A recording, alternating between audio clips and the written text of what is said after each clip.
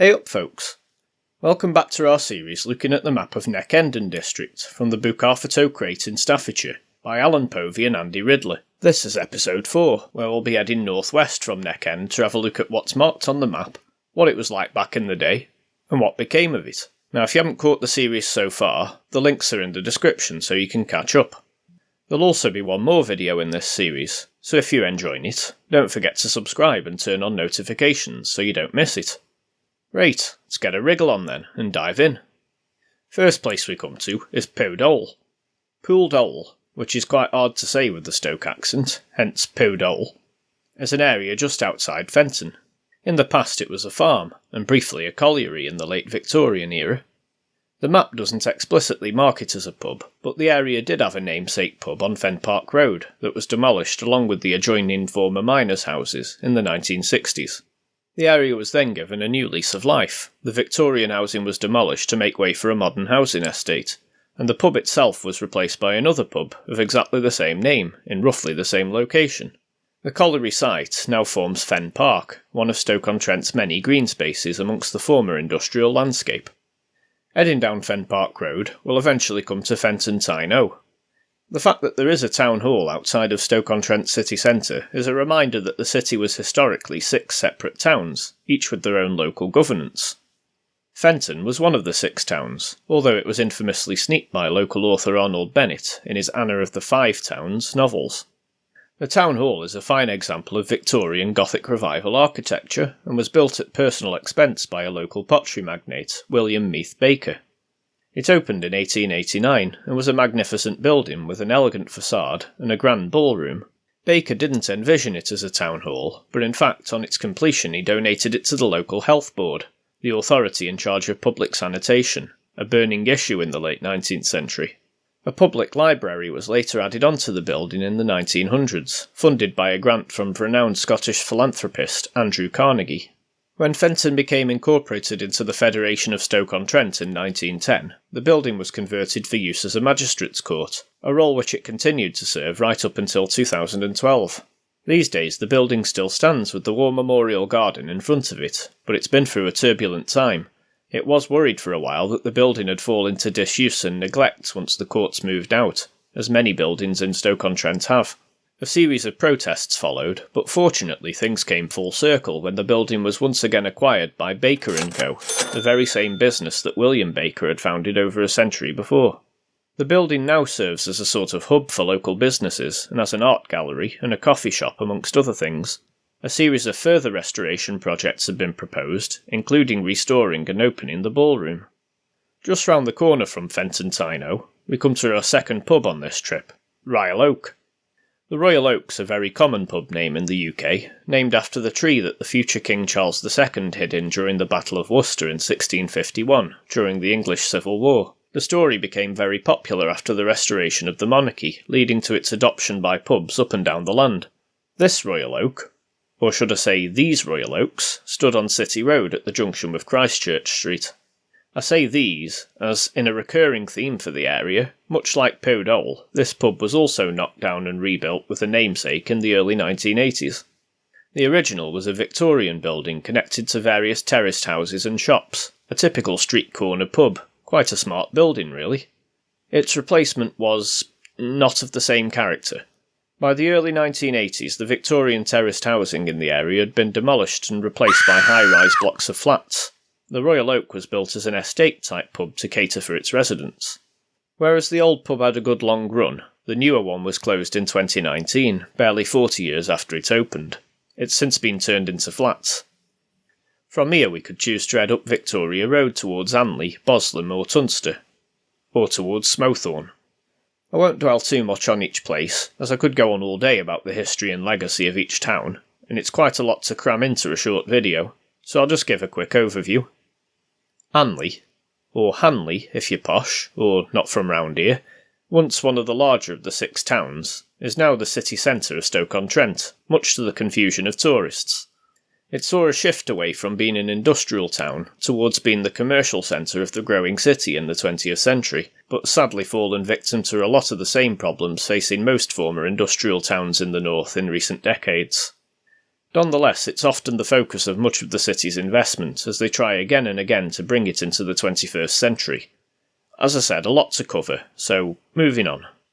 Boslem, or Burslem, is known as the mother town, being one of the oldest of the 6 industrial towns. It still boasts much of its Victorian architecture that reflects its prosperous past, and it's now the home of Port Vale after they relocated from Hanley in the 1960s. It's also the home of a local legend. No, not him. But yeah, him too. No, actually not him either. But I hear he's getting his own statue soon, which is nice.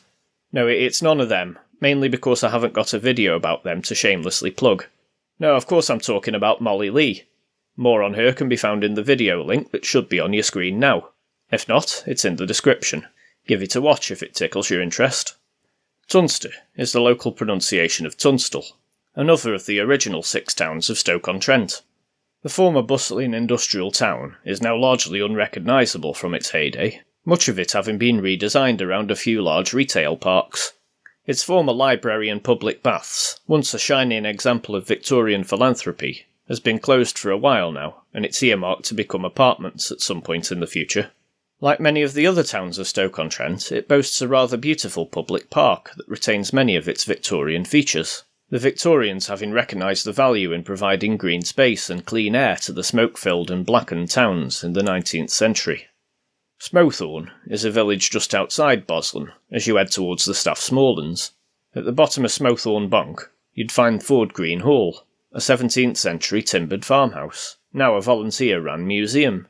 These days, Smallthorne's mainly known for its infamous set of roundabouts that are the bane of many a learner driver. It was until recently the home of Norton United Football Club, who famously reached the first round proper of the FA Cup in 2015. The club's sadly since gone under, and the ground's now home to Stoke City ladies. Speaking of Futbow, and Stoke City, if we head down City Road from Fenton, we'll eventually arrive in Stoke-on-Trent, more commonly just known as Stoke locally, and the historic home of Stoke City Football Club. Their Futbow grind appears on our map. This isn't referring to the current home of the Potters, as what's now the Bet365 Stadium only opened in 1997. The Futbow grind here refers to their previous home of 119 years, the Victoria Ground, the oldest operational ground in the country at the time of its closure. The Vic was named after a nearby hotel and originally doubled as an athletics ground when it first opened in 1878. It saw its first floodlit game in 1956 versus local rivals Port Vale, and it's witnessed some historic moments over the years.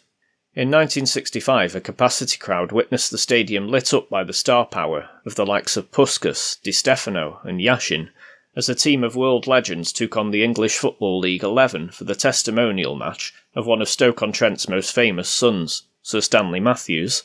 Infamously, in 1976 a hurricane blew through Stoke, devastating the Victoria Ground's old Butler Street stand, not to mention their first team, when many of their assets had to be sold to repair the damage. Stoke wouldn't see top-flight football again until 2008, and sadly the Victoria Ground would never see it again. The ground's fondly remembered as an old-school football ground, tied closely with the local community of Stoke. Fans of a certain age fondly remember the many pubs that thrived around the area, and walking along the terraced streets to the ground on match days. Sadly, after the ground closed in 1997, the area stood derelict for nearly 2 decades, despite the stands and pitch being removed shortly after closure.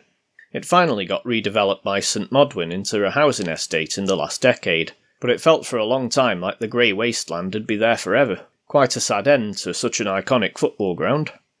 Just above here, we see Stoke's Greyhound track. Now the Greyhound track has quite a long history, having been everything from a velodrome to a football ground to a dog racing track in its lifetime. Standing just off Waterloo Road in Cobridge, between Hanley and Burslem, it was the home of Port Vale for a brief period in their early history, before being converted into an athletics track.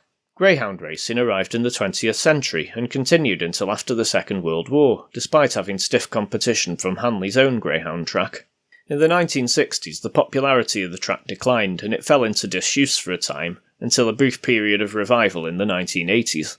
It closed for good in 1991, and the site's now commercial units and housing just off Festival Park. Greyhound racing in Stoke-on-Trent had continued up until 2010, when the last track in the city closed. Next on our map, we have the curiously named Owd Notty.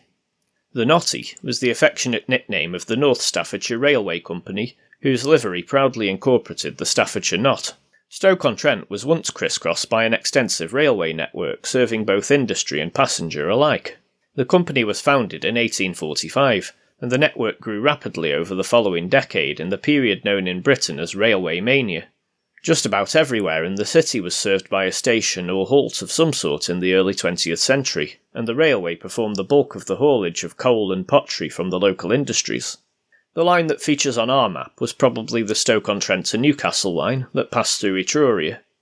The local branch lines largely fell victim to the beaching cuts of the 1960s, when Britain's now nationalised rail network was dramatically reduced in scale. Some of it still remains in service, however, as part of the main line, as well as a few local branch lines serving Macclesfield, Crewe and Derby.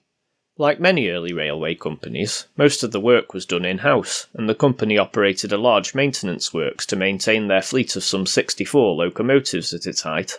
The site's still there next to the main line, but it's now an industrial estate.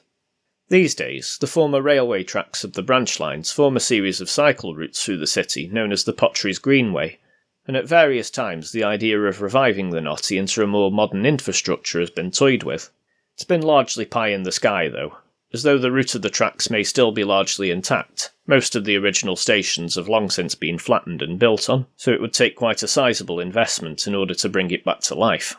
In an unusual quirk, the story of the railway was brought to the stage in the eponymously titled The Notty, a musical by local director Peter Cheeseman. Heading out of Stoke, we come to Springfields. Springfields is part of the wider area of Trent Vale, which has a long history in the pottery industry dating back to Roman times. Examples of pottery from the area have been dated to around 45 AD, demonstrating that Stoke-on-Trent's relationship with the pottery industry goes back way further than the Industrial Revolution. The pottery was likely produced by the Romans to serve their local garrisons nearby. In more recent history, Springfields was the site of a tile works which operated for over a century before closing in the 1980s. The former site's since been redeveloped and is now a retail park. Finally, we're on our way out of the city of Stoke-on-Trent again, as we find ourselves pointed at other locations nearby. Castle is a typical potteries abbreviation and refers to the town of Newcastle-Under-Lyme, which is a market town within touching distance of Stoke-on-Trent, and heavily integrated into the local public transport and road network. As the name suggests, it did once have a castle, built after the Norman conquest, the outline of which is still visible in places.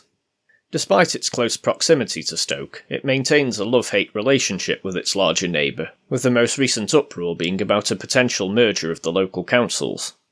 Though their accents may be similar, the locals maintain their strong independence from the city of Stoke-on-Trent, and are proud of their own local identity and history. Audlem refers to the village of Audlem, which sits just over the county border on the edge of the Cheshire Plain. Mentioned in the Domesday Book, it's another village in the area that was transformed by the Industrial Revolution, when the arrival of the Shropshire Union Canal brought new prosperity. Its impressive array of locks, designed by renowned engineer Thomas Telford, are still often visited to this day. Next up we got Keele Hall, not to be confused with the infamous naval punishment, gotta cover all bases just in case, is a mansion house in Keele, believe it or not. The current house dates from the 1850s, but the manor of Keele has a history long predating this. In the medieval period, Keele was home to a preceptory for the Knights Templar. The land around the area was long owned by the Sneed family, who were extensive landowners around Newcastle-Under-Lyme. The original building dated back to Tudor times, and would have been a typical gabled house of the period. During the English Civil War, the house played host to the future King Charles II after his defeat at the Battle of Worcester, the family paying dearly for their royalist support after the parliamentarian victory. As with many local estates in the area, it found new prosperity from the Industrial Revolution when coal was discovered and mined at their lands in Silverdale. By the early 19th century, the Tudor Hall was crumbling and was a shadow of its former self. This necessitated a rebuild by renowned architect and expert in medieval architecture Anthony Salvin. The Jacobean-style house that replaced the original was likely based on nearby Crewe Hall, and was described at the time as one of the best planned houses of the day. In a bizarre twist, its ownership later transferred to the Grand Duke Mikhail Mikhailovich of Russia. a relative of the Russian Tsar, in the early 20th century, the novelty of which was very popular with the locals. The new owners embraced their new estate and new lifestyle, and were often seen about town visiting local schools and other public institutions. Like many other country houses, it was also used by the army during World War II. In the post-war period, the estate saw another dramatic change of direction as the new University of Keele was built around it, and the house still proudly stands on the university campus to this day, hosting many a university function and being a popular venue for weddings and other events. Finally on the map, we come to North Wales. As you might have figured out by now, this is the Potteries pronunciation for North Wales. The holiday resorts of Rile and Llandudno have been very popular with Stokies since the advent of the railways made working-class excursions to the seaside a reality in the Victorian era. Though now more commonly accessed by car, they remain popular to this day. And that about wraps it up for episode 4. I hope you enjoyed this little tour of the northwest of Neck-Endon district. Next time, we'll hop across the map once again and have a look what lies to the southeast. Ta very much for watching, and if you're enjoying these videos, please don't forget to like, comment and subscribe, so you can join me for the last one. I hope you're also enjoying the rest of the channel's videos on the Potteries Dialect. Thanks once again, and I'll say thee soon.